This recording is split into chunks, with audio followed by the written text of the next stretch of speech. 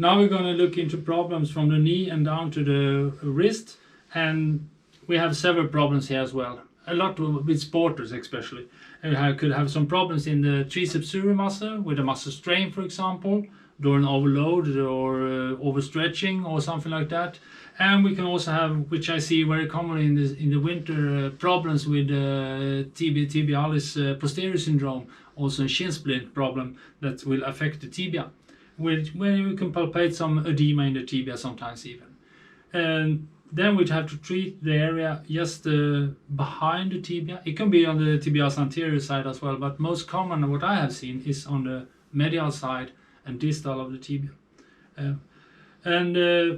The lower part is most affected, and people training too much on hard ground and bad shoes, for example, could be one issue of that, or too much training in a too short period. They have to build them up to be able to handle this kind of training.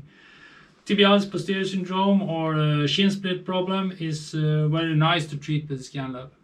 But here also we are really close to the bone when we work, so it means that we have to be controlling the intensity all the time.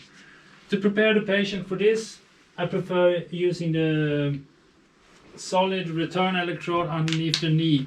And it doesn't really matter if it's not on the opposite side of the treated area. It's a question of kind of connecting the circuit of the alternating current. So if we put it underneath the knee or on the opposite leg, but this is a nice position to put a solid return electrode with some cream on underneath the knee. And then we put some cream on the area to be treated. And if we have the lower distal part of the tibialis posterior area, we use like 15-20 centimeters to treat. We spread the cream before we start the treatment. For the area we're supposed to treat, we treat over the tibia and also over the muscle bundle behind the tibia.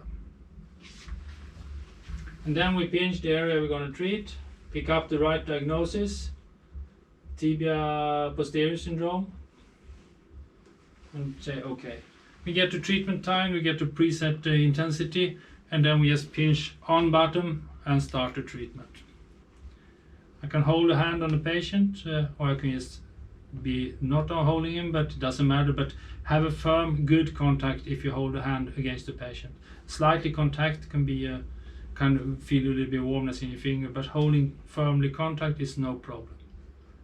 Is it too warm, sir? No, it's okay. Okay.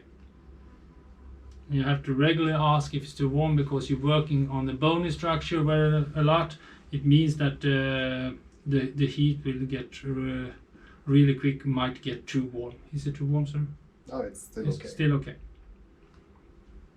If it gets too warm, I pinch -1 times and continue my treatment. And again, after a couple of minutes, it might get too warm again. I pinch -1 once more. And continue working the area I'm supposed to work.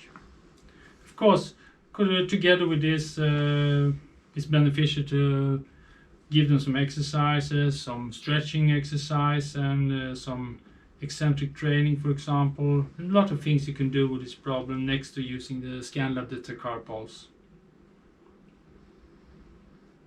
Not too warm, sir?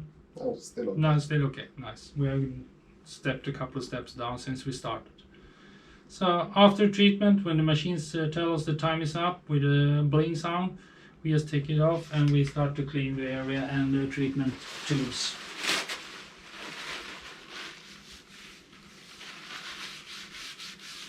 We'll take away the solid return electrode.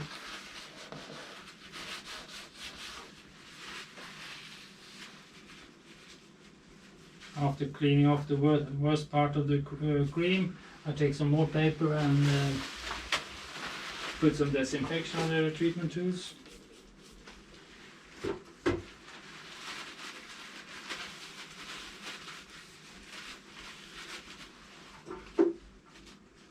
And after doing that, take some more paper and take just water or disinfection to clean off the rest of the cream on the patient as well.